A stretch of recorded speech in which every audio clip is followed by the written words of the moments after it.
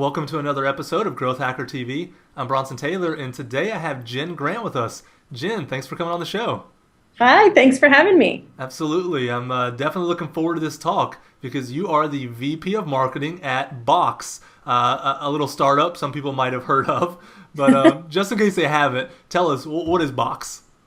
Well, Box offers to businesses content management and collaboration software. That's sort of the official way to think about it. Uh-huh. But really, at the end of the day, we make it easy for people to get to their content from wherever they are and share it with people in their business. Perfect. So we're talking file sharing here, right? If we Yep. want to dumb it down to the lowest common denominator. Right, file sharing, you got All right, it. perfect. And how long have you been at Box? Almost 5 years, so very long time. Yeah, so it's been a chunk of life now. You're not new to this. This is That's good. right. You'll be able to give us some great insights on what you've done there. That's a long time to be at a startup or a company like that. Now, previous to Box, you were a product marketing manager at Google, and if I have it right, you worked on apps such as Gmail and Google Calendar, amongst other products. So I have to ask, why would you want to go from Google working on things like Gmail and marketing that to a startup? What really drew you to Box? Well, I loved working at Google. There's smart people. I had so much fun. We had a lot of great marketing campaigns that we did. But I had been at Google for 4 years, and I had started to get that sort of itch to get smaller, to be able to work on something where I would have more impact, be able to do a little bit more, have a little more, less people to ask permission. And that was really what kind of got me to the point where it's like, okay, I'm ready to go back to startups. I'm ready to, I've learned a ton from Google, and I want to take what I've learned and then, build something from the very beginning. Yeah. Do you feel like you've had that opportunity at Box where you've been able to make decisions, run fast, get rid of bureaucracy? Absolutely. That's good. So we'll talk about that more in a second. But let me ask you something about Google before we get into Box. Were there any lessons there that yes, I learned this at Google, I learned this about marketing, working at, in Gmail, Google Calendar, whatever, and I'm applying it in your career now? Is there anything like that you really take away from there? Yeah, I'd say there are two things. One, which is just really a part of Google and the culture and how people think. It's really focusing on the happiness of the people using your product. So if if your users are happy, then nothing else is better than that. There's no marketing that will help unhappy users. But if your users are excited, so when you look at Gmail, people love using Gmail, and it's email, so who cares? But people really loved it. So that was a big takeaway from Google, just to constantly be looking at and remembering users need to be happy. The product needs to make them happy. Yeah. And I think the second thing is Google did a very good job of explaining a lot of different products. So I was working on, essentially was the head of all what they called apps. So that was like something like 20 apps, Blogger, Calendar, Orkut at the time was still there. We were talking about open social. There was just a ton of stuff. And I think one of the things that the Google product marketers do very well is getting very clear in describing what the heck this product does and why someone should care. And I think what you'll see at Box and how we do our marketing versus some of the bigger companies like Microsoft or Oracle or SAP is we strip out all of the extraneous language of the sort of the synergistic enterprise solution, like all of the jargon that's so prevalent in certainly most B2B marketing and a little bit in B2C. And I'd say that was a big learning from Google, is strip it out. What does this product do for the user? And add a benefit, like it makes it easy, or it makes it simple, or it makes you happy, or whatever the benefit is. Certainly add it, but strip out the jargon, because nobody really wants like synergistic enterprise content. There's just too much jargon out there. So those would be the two things from Google that I definitely took with me. Yeah. Do you think about, how you use language the way you're talking about and leaving out the jargon? Do you think that's a part of the trend of kind of the consumerization of the enterprise, where it's becoming more human? Yes, absolutely.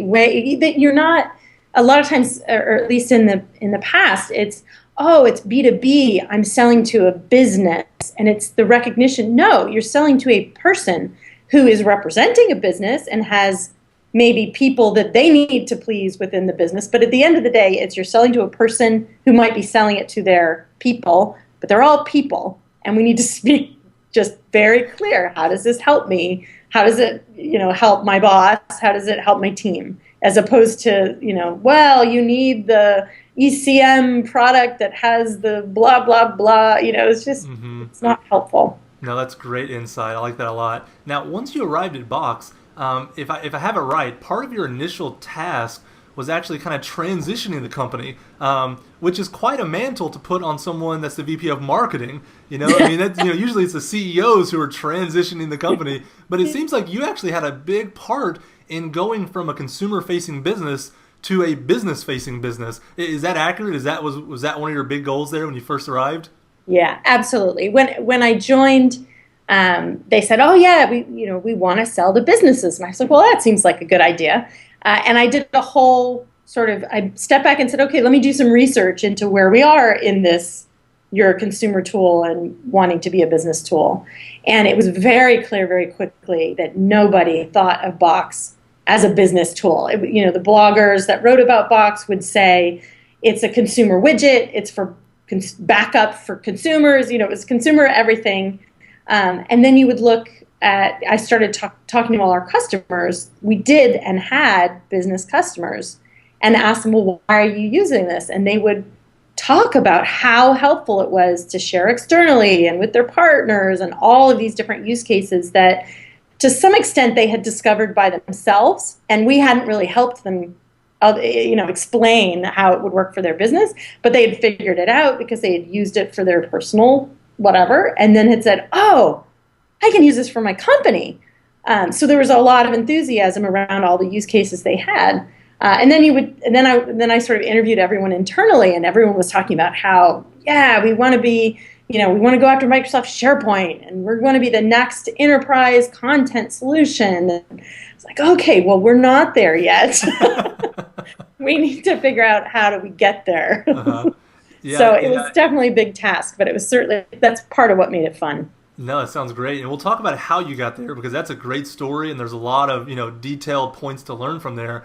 But first, let me kind of back up one level higher. Why was it important to go after the business? Are we just talking because of revenue? Are we talking because of what your internal strengths were and how they aligned with that kind of market? Like, what was actually the big picture of why it was so important to you guys to go there? Because some people would be happy being known as the consumer file sharing widget if that's what they were going after. Right, exactly. I think the main thing, so this was I started right in 2008. So this was a middle of a recession and people were getting serious about you actually have to make money in a business. Now, and they were making money and they were selling upgrades of storage. And then we had a few of these businesses that were paying. But when you really looked at the market, there was an awful big opportunity on the business front that nobody was tackling. Certainly in 2008 and 2009, nobody was there except for a little bit Microsoft SharePoint. But when you look at what they were at that time, they were server-based. They were not cloud. They were not easy. They were not cheap. And there was just a big gaping hole in people need to share files easily, and there really wasn't a solid cloud solution that met businesses' needs. So it sort of opened up a huge opportunity that we saw through the lens of the people who had bought our product and came to and said, this is solving a problem for me. And then also through saying, okay, we have to get serious about how are we going to make money and how do we go after the biggest opportunity that's out there. So that's a lot of what pointed us at it was just like, this is a market that's ripe for somebody getting in there with the right product and really serving a need that's happening right now. Yeah. So now help us understand how you actually executed such a titanic kind of turn, because that's a huge shift.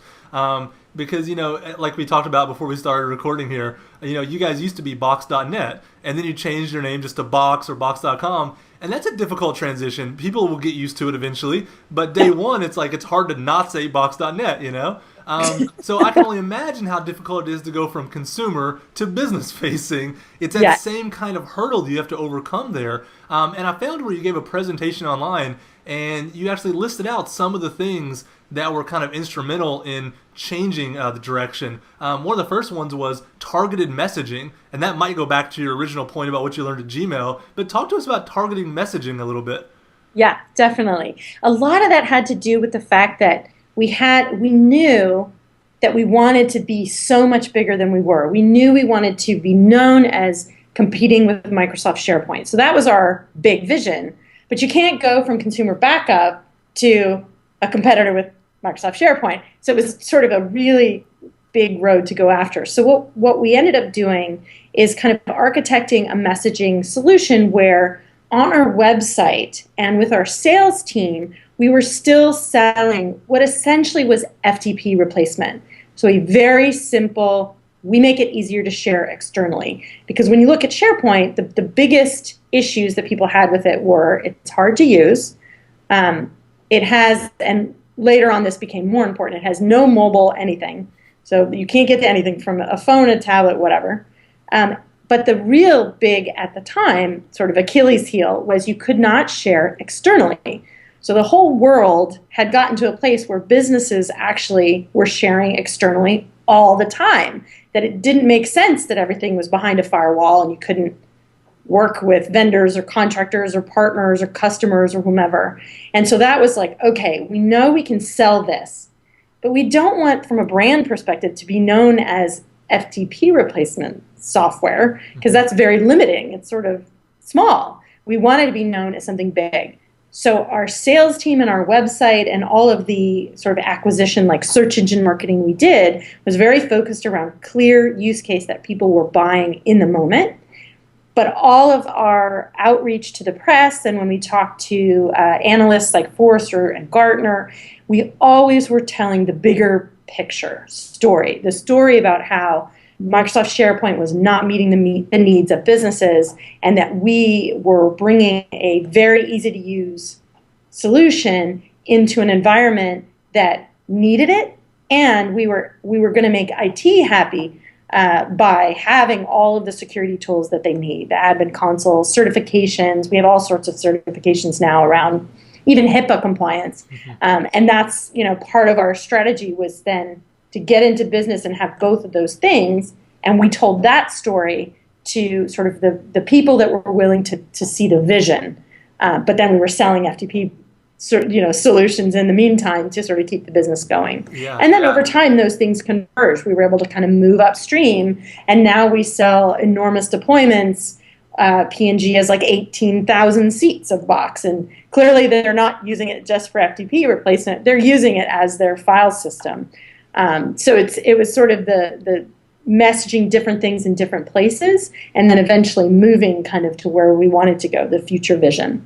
Yeah, so I'm sure that's hard as a marketer to actually have two stories that you're putting out there, because you want there to be a single story, a single line that everyone's hearing, and you kind of probably had to live in the gray area of different stories for different people until they converge somewhere down the road. Was that hard for you? It was, and I think the challenge was being able to tell the whole story all together, to be able to say, here's what we're selling today, here are all these customers that are using it and happy, and then here is where we're going, and here's what the future is. And actually, that goes sort of the second thing in that presentation you found, which was finding customers to tell the story.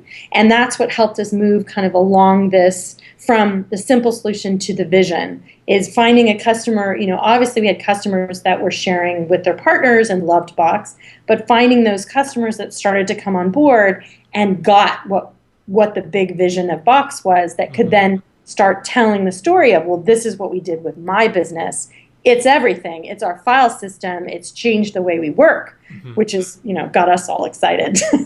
And how did you publish those stories? Because these are great growth tactics. I mean, what Yes. we're going through here, just so people know that are watching this, it's a transition from consumer to business, but it's also how you grew something in a new market. So these are just, growth 101 kind of things here. How did you publish their stories? Are we talking sending out emails where they're the case study? Is it a landing page? Is it a video that they're talking? Is it all the above? Is it quotes on the sales page? Like, what did you actually do with those stories? Yeah, so all of the above. It started with we would get their story, we would put together the traditional case study. We started to basically it was just an ongoing effort to create all the content. So we'd create videos. We had quotes on every page of the website. There was a quote from a customer. And then we created a whole section of the website that was one of the highlighted tabs that had what we call the logo grid, and then had the videos and the case studies and everything we had. So that was kind of on our end, all the content. But then we extended it to social media channels. So, we would tweet, we would put it on our blog, it would be on our Facebook page, and all of that is sort of cut and dry, got to do it. The thing that I think we did some of, we probably could have done way more of, and are doing more now, is things like getting the customers themselves to start talking about it. So we did a little bit. We now have sort of an MVP program, and we're giving them reasons to tweet or reasons to blog about, how to use Box in this certain way, and how I set up Box for my business. We now have what we call Box World Tour, which is where we do events and we have customers speak, and we bring in both customers and prospects, and we get them all talking together. Mm-hmm. But we really highlight the customers either speaking by themselves or in panels. And now we have a user conference that we're going on our third year, where, again, it's all about getting customers talking about how we're helping them and how they can advise other customers to use Box. Mm-hmm. Trying to think if that's everything we did. Basically it was just, we also have advisory boards. That's another thing that we did that highly recommend, is getting, it doesn't matter whether you're going after small businesses or huge enterprises, having advisory boards where you bring people in and get them feeling like they're a part of the team. Mm-hmm. Not only will they give you great product feedback, but then they're also very excited to tell people, oh, well, I am on the advisory board, mm-hmm. and I worked with them to make sure that this and so was better in the product, and you really need to use Box. They're so responsive. They listen to us. They're building a product that's great for your business and for mine. That kind of, all of that stuff is worth every moment you spend doing it. Yeah, well, tell us, why is that? Because it seems like you've integrated, what people are saying and letting the customer speak for you at almost every level of this transition. Why is it important? This may be obvious to people, but it's still worth hearing. Why is it important that a person tells your story and that the company is not always telling their own story? Yeah, well, the quick answer is it's more believable when customers are telling the story. I think the sort of interesting research side of it is that there has been a lot of research lately that because of the internet, because of access to such an extraordinary amount of information that everybody has, that fundamentally how people search for products has changed. And it used to be, we would talk to somebody and they were like, well, maybe I'm thinking of buying this product. And so then the sales rep would take them through essentially the cycle of, well, here are the problems that you might be trying to solve, and now let me help you understand how this fits in your business and what the competitive marketplace looks like and why what we do is better than everybody else. And here's some analyst research that proves that we're better than everybody else. Instead, all of that, which used to be sales, walking a customer through, is now really marketing. And it's marketing that we can't control how they go through our website, but we have to have all of the components of that cycle on the website, and even outside of that in Facebook or Twitter or all the external areas that you can have it. So it's all about how do you switch the buying cycle from sales being able to walk them through to marketing being able to offer every section or every part of the map that people go through when they're buying a product. Mm-hmm. And customers is just such a powerful piece of that. Yeah, it seems like, it used to be that 99% of the sales was inside the organization and 1% was the friend telling the friend and bringing them in the front door initially. Now, the friends on the outside of the organization are the 99% and moving them through the entire cycle, and they show up with you guys having already done research, heard from friends, knowing what the pros and cons are and why they're choosing you or not choosing you, and then you're almost closing the deal, in a very backwards way than it used to be done. So I think that's a great insight. One of the other things you mentioned was that, you wanted to give them reasons to blog about you, reasons to talk about you. I'm assuming you're referring to incentives of some kind, right? Maybe there's a social incentive of you're on the advisory board, you're important, right, and that's kind of part of it. But maybe you mean more than that. What kind of incentives did you guys, or are you experimenting with doling out here? Yeah, that's a great question. So that actually goes back to some of the stuff that I did with Gmail, because the insight we had with Gmail was people loved email, but why would they ever talk about it? And what they loved about Gmail, certainly, this was back in 2005, is that the spam catching was so superior to anything else that here you have all these Gmail people who are like, what? Spam's not an issue. And if you're not on Gmail, everyone else is like, oh, I have to go through spam. But there wasn't that, we wanted to do things that would give them a reason to talk about it.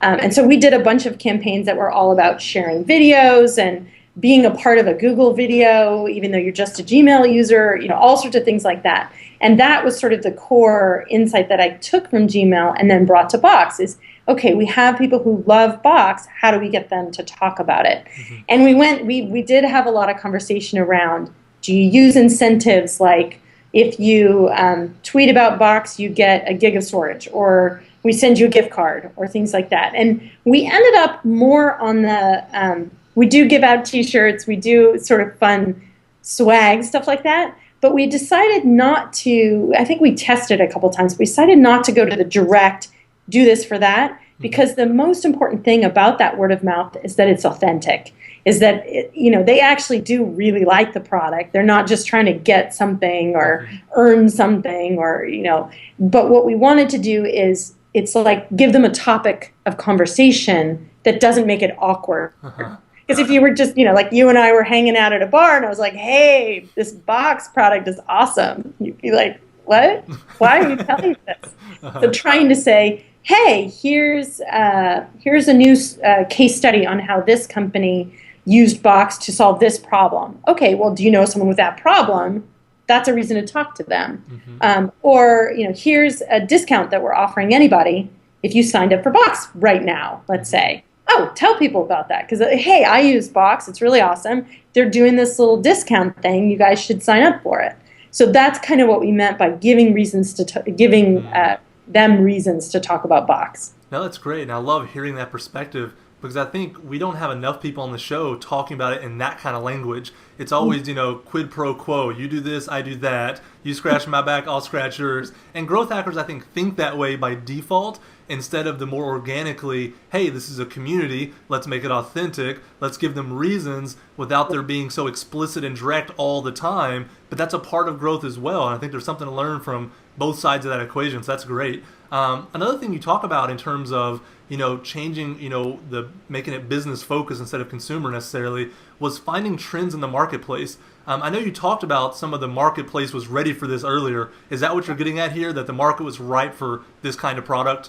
Yeah, and absolutely. And this is all in sort of the PR strategy of telling the bigger story of what's going on in the world that's driving to our solutions. So at the time, and still it's true today, it's the consumerization of IT. It's end users in a business saying, hey, this product is hard to use. And I go home and I share things on YouTube and Facebook, and it's super easy. Why are you making it harder for me to do my job? So there was that sort of outcry from end users really comparing to consumer products. And then secondarily, then looking at making the choice of, I have to get my job done, and I can't do it with these tools. So let me use this tool that I have out here that I don't, as a person in a business, I don't give a poop that it's not secure. Now, my IT cares a lot. So that sort of imbalance of people trying to get their job done, which is admirable, and then the IT guy going, oh my God, you're sending stuff on this insecure thing and you're scaring me and I don't know where our content of our business is, and like, we got to lock this down. So there was this tension between users trying to get their job done and IT trying to do their job, which is to secure the business. So there was this lovely gap that we could fill and say, haha, we'll make you both happy. This is the solution that everybody will go after. So that was one trend. And then there was the whole mobility trend. So even, I don't remember what year it was when the first iPad was launched. That was a massive, we saw it in our business, massive increase in business for us, because all of a sudden everybody wanted content on their iPad and nobody knew how to do it very well. And certainly nobody knew how to do it in the context of secure for my business. Mm-hmm. So all of a sudden the entire IT organization was getting calls from the CEO saying, I got an iPad, get me my content, make it secure. And they all went, oh, what do we do? So it was a huge opportunity for us to be like, hey, we do that. Come talk to us. And we were one of the first apps on the iPad. We worked very hard to get that done, and that was a huge boon to our business to be there first. Yeah. But also just the world is moving towards a more mobile kind of scenario, and we solve that problem. So it's kind of finding those things that when you tell someone the story of this is happening, they go, yeah, I totally noticed that. And then saying, and this is why our product fits right in the solution for these trends kind of intersecting. Yeah, I think it's great as the story of Box, but I think there's also takeaways there from other people in terms of just business insight and how to view trends and how to view friction. Yes. Because, I think anybody watching this, if you find a place in a business where there's two people admirably trying to do their job and they have friction with each other, there's probably a solution waiting to happen. And then also, when there's a new device on the market that is not being exploited but is going to be huge, there's probably an opportunity waiting to be, waiting for you. And so I think there's two insights there: the friction and the new devices. You put those together, and it's a way to spot marketplace trends to really inform us. Absolutely, and there's a lot of people are really interested in hearing the story of that. So when you talk to a journalist, when you talk to an analyst, that's the kind of interesting, deep story that they want to tell. Is the world is changing, and this product is doing something different. It just makes it much more compelling, and it's compelling for their readers. It's not that you're pitching your story of your product and the journalist is like, well, maybe I'll write about it. It's like, no, this is a really interesting trend, and your readers are going to be interested in the article that you write about it. Yeah, absolutely. Now, one of the other things is not only telling your story through the consumers using it, but you talk about telling the story through the CEO himself or herself. How did you guys actually do that? How do you tell the story through the CEO at Box? Yeah, so some of this is luck. That's okay. Some of this is thought through. But I was really lucky to have a very interesting CEO. So he's young, he's got big hair, when he speaks, he's very charismatic, and he kind of waves his arms and he gets all riled up. And so he has this wonderful, like, drop out of college, start company story that, of course, people are just really interested in hearing. The funny thing about Aaron was he had all of that, but he didn't want to tweet, which was crazy because I think last year Business Insider was saying he's one of the most interesting business tweeters of all time or whatever. He's hysterical. He's very funny, very witty, and he's great at it now. So it's taking what was there and using it in a way, getting him on Twitter, getting him speaking to the press, getting him out on the road and doing keynotes and telling his story. And there was a little, he had so many things in his head that he wanted to talk about. And he would often in a keynote, he would tell 5 different stories all at once. And he'd do it in 20 minutes. And then we'd go, okay, so let's take this first thing you talked about and let's slow down and breathe and pause and let people take in what you're saying and maybe dive in a little deeper and slow down. And eventually we got to a point where he got really good at being able to tell an exciting, interesting story. And then all the things about him that were fascinating to begin with just fit. So, there'd be some companies you're in where the CEO is, well, he's cool and he's smart, but he doesn't have big hair or have all these crazy things about him, where you can't use that as much. But it's always great to find that story that really grips people and gets people excited. And, honestly, we looked at Mark Benioff. We said, like, wow, he did a lot for Salesforce in just being kind of big and blustery and saying strong things and sometimes pissing people off. And, there was something in that. How can we kind of capture the essence of who Aaron, my CEO, is and really make that work for us and get people interested in his story? Yeah, not just the business's story. Yeah, well, it's a good role model to look at Salesforce because, they're the ones putting something in the cloud that wasn't there, and you guys not only are, imitating them and the way they market, but imitating their business plan just with a different kind of business, Right. And tell me if I'm wrong here, but it seems like as the VP of marketing, part of your job is not to imagine best case scenario, but to actually look at what resources do I have to work with. Okay, I have this CEO. Here's the resources within his skill set. Let me put those to use. Do you think that's important, not just to dream up the perfect scenario and then try to execute something that's not actually right for your team, as opposed to just using what you have in front of you?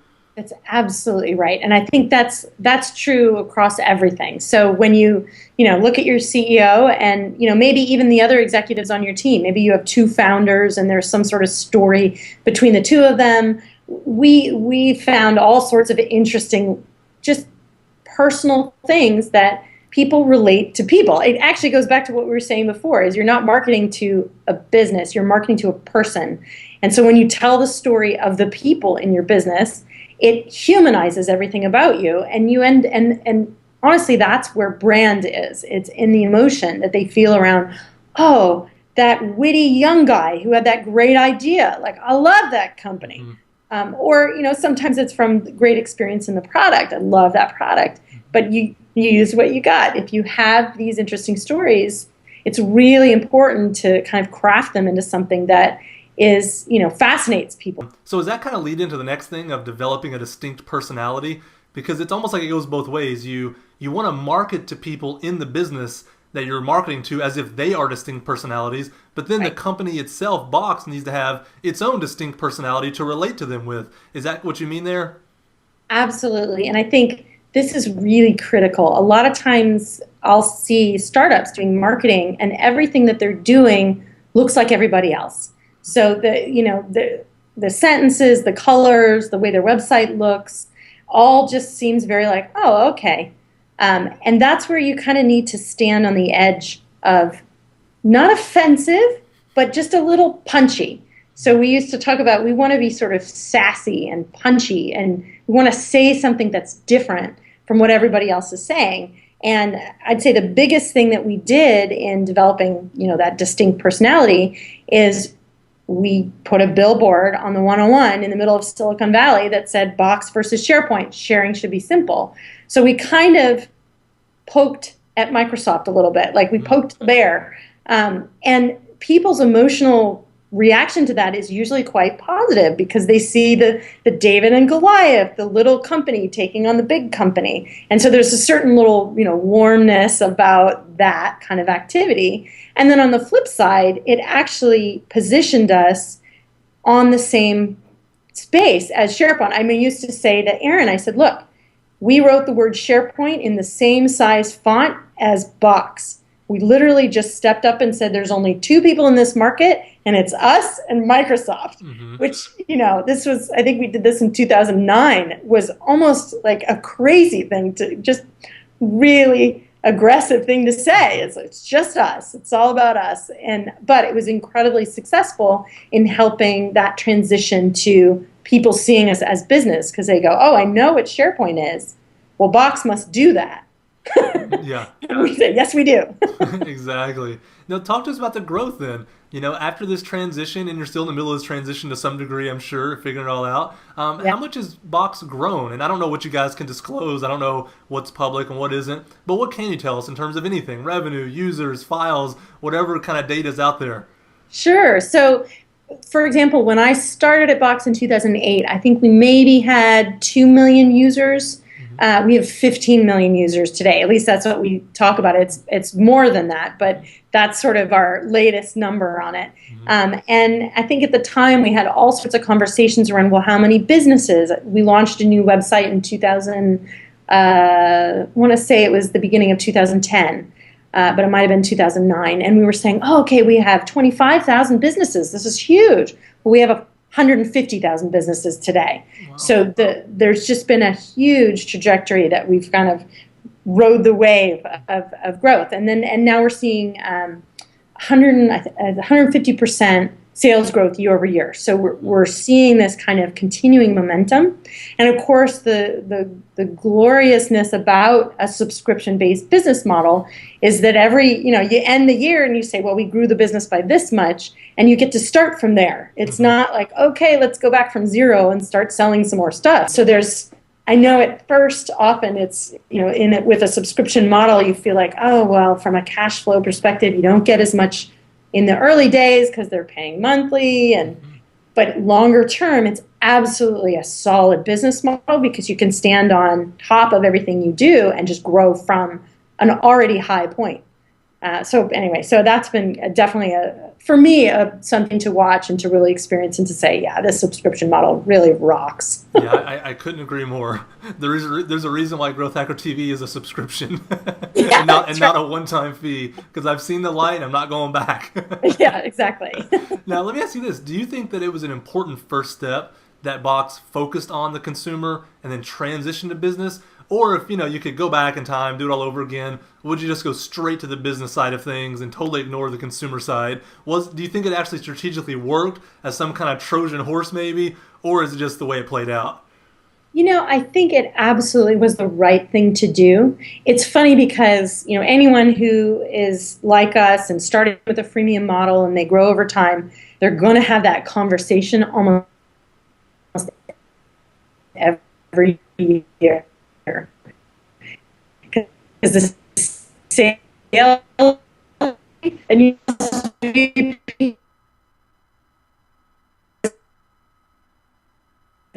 totally stop. Well, they're doing it because they know about our product, because either they've used the free version or they know someone who used the free version. So it's a constant sort of conversation.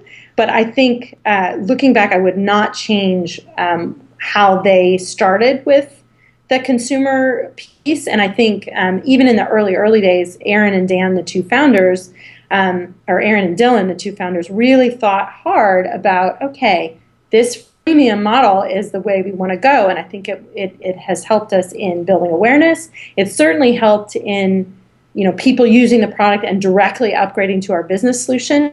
And it's just gave us such a runway that we could really more quickly build and grow a company on this, millions of users who already knew about us and were already using the product. Yeah. Do you think there's other companies that can kind of learn from your transition? Maybe they're focused on consumers when there's a huge opportunity in business? Or do you think that you guys just happened upon something that was luck or chance or just your perfect, stars aligning?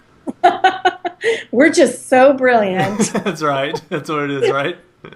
I absolutely think people can learn from it. I think thinking about how do you balance making money with growing awareness. And obviously you have to have a balance because, unless you're Google and you have so much money you don't know what to do with it, and you can just do cool stuff all the time, everybody else has to sort of sustain their business and come up with a business model that your investors will go, yes, okay, I'll fund that. I see how that will make us money.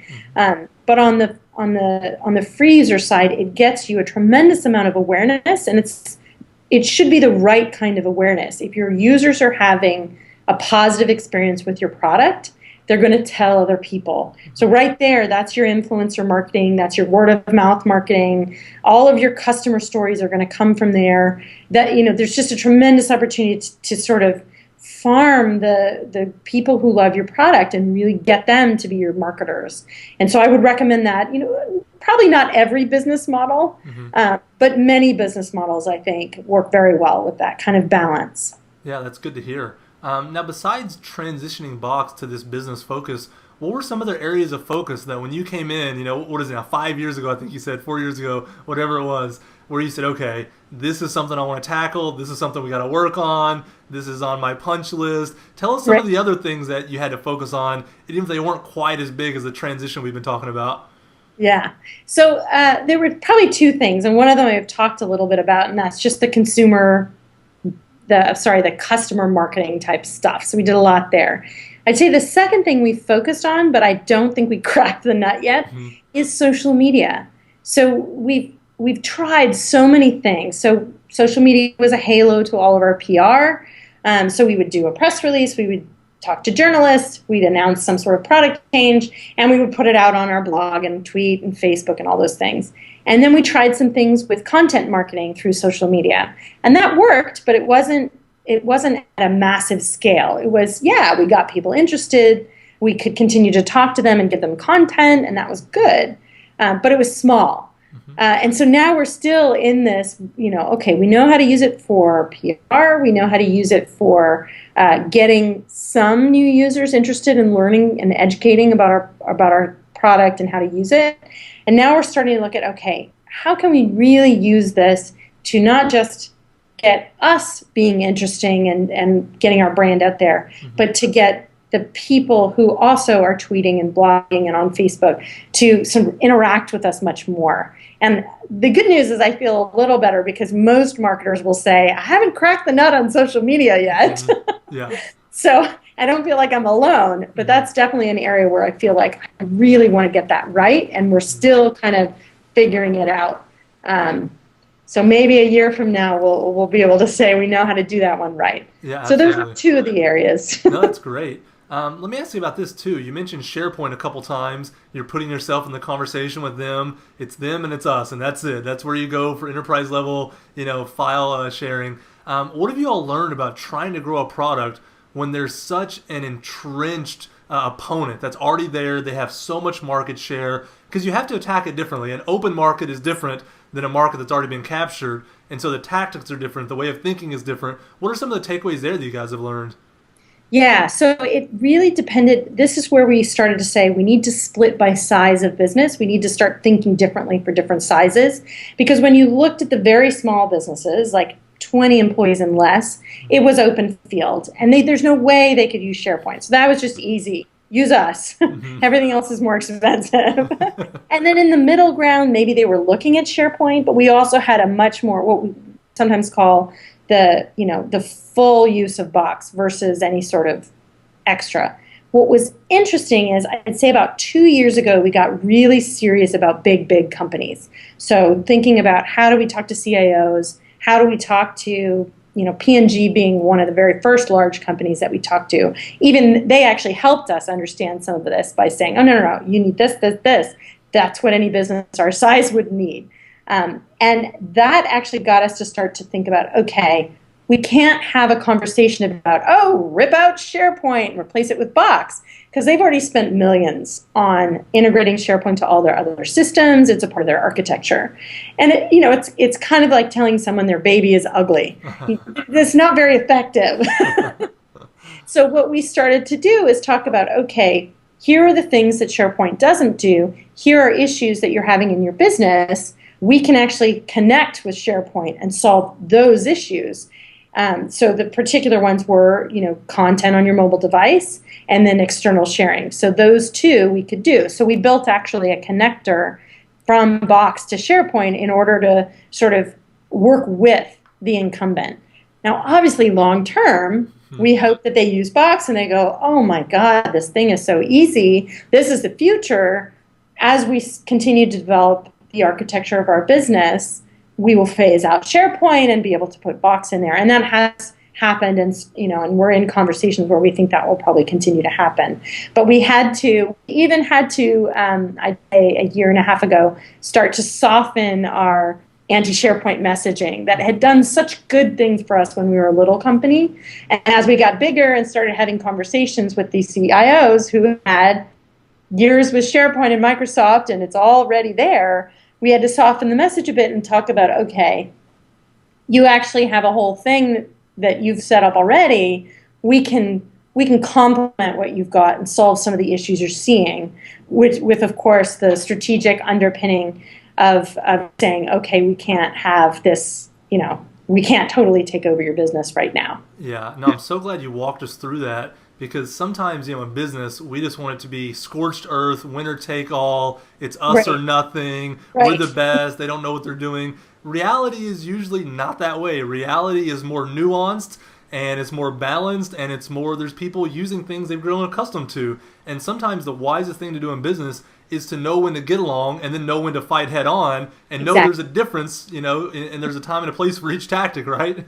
Exactly. Yeah, that's a perfect way to put it. We're kind of head on in the smaller companies where it makes sense, but when we get to the bigger companies, it's definitely we've got to play nice with everybody else who's already there. Yeah, no, that's great. I'm so glad we went into that. Now talk to me about where your customers are coming from right now. It's always interesting for me to know personally, what are the customer acquisition channels? Are they all inbound? If they are inbound, are they coming from Google searches? Are they coming from social media? Where? Or if they're more outbound, what are you doing? Are you calling them on the phone? How does that look like? So tell me about the customer acquisition right now. Yeah, so we've talked a bunch about, we still have a chunk from word of mouth, which is everything from PR, branding, people using our free product. So that's a big chunk. But we've also really spent a lot of time kind of building out the mechanics of lead gen in saying, okay, we have the ability to nurture through email. So we have Eloqua, we've hooked it up with Salesforce, we have sort of the process of kind of bringing people in and being able to sort of send them emails and content and all that thing over time. And we use sort of many of the traditional channels that people typically use. Search engine marketing is always a channel. It delivers us a good amount of leads in that do well. We're sort of at that point where we kind of are hitting if we put more money into this, do we get enough benefit out of the more money? So we do feel like sometimes we're kind of hitting the ceiling of this is about as much as we can do, although we continually look for other angles, like are there industry specific things we could do? So that's a big channel for us. One of the really interesting campaigns that we've had a lot of success with is more on the bigger business side, but it's giving people, and we call them meeting makers, giving people an incentive to just meet with us. And we started doing it with the iPad, of course, where these are bigger customers. We know we want to talk to them. And so it's worth it for us to spend an iPad for meet with us. We'll show you a demo. And it also fit with our business where we could say, look, we're going to show you how Box works on the iPad. We're going to show you how you could literally do everything you need to do on the iPad. And then, we'll give it to you if you meet with us and you sit down and we have a good conversation. And that's been an excellent way to just motivate people to get up and have the conversation. And we've done very well because we've been able to connect it to the iPad and tell this wonderful story about tablets and mobility, and this is really going to move your business forward. Of course, the key is you got to have a very, very good list of people that you make that offer to. You can't just sort of buy a list from anywhere, and you never know what kind of yahoos are going to say, "Oh, sure, yeah, I don't have any ability to buy, but I'll have a meeting and get an iPad." So we have to be very careful about making the list, but it has been a really great one for us. So yeah, I like that idea. That's really cool. How do you guys think about retention? In my mind, it may not even be an issue for you guys because once somebody has your files in something, it's just hard to change. There's so much friction. But maybe I'm wrong. I don't know. Is retention something you guys have to worry about, think about, plan for, strategize against? How do you feel about retention right now with Box? yeah. So we definitely think about it. I think one of the advantages that we feel we have, so in the time since it was just us in SharePoint, there have been other competitors, namely Google, that have jumped in with things like Google Drive. And one of the key advantages we have over Google is that, well, there's two. We are focused primarily and only on businesses. We're not thinking about beating Facebook or doing all the other things that they're doing. We are just here to help businesses be more successful. So that would be the first, and that really manifests itself in how we treat our customers. So in having a whole organization around customer success and making sure that when a business signs up with Box that we walk them through, here's the best way to set it up, and here's best practices for how you roll it out to everybody in your company. And then here's a phone number you call if you need help. And we also support every single end user. So in a business of 100 to a business of 20,000, if an end user calls us or emails us, we will support them. And many other companies won't do the same. They'll say, well, talk to your admin, and if they call us, then we'll help. So we try to be as hands-on and helpful as possible because, with a subscription business, retention is super important. Absolutely. So we want to make sure we keep our customers happy, and we consider it really a competitive advantage that we have over a company like Google. Yeah, you've mentioned happiness now at two places in the funnel, the very top and the very bottom. I think there's a theme there. They come to the product and use it initially because it makes them happy. They stay around because the customer support makes them happy when they do have a problem. So really, the whole thing's just about happiness, isn't it? That's right. It's all about happiness. Well, Jen, this has been an awesome interview. I have one last question for you here. It's kind of what I call the fortune cookie question. You can say anything you want that sounds like really pithy advice for people. But what's the best advice that you have for any startup that's trying to grow right now? I would say be unique, be distinctive, and say something compelling that gets people interested in what you have to say. I think if you can do that, everybody starts to listen to what you're saying and who you are and what you're selling eventually. Yeah, well, that's perfect advice to end on. Jen, thank you so much for coming on Growth Hacker TV. Thanks. I really appreciate it. This was fun.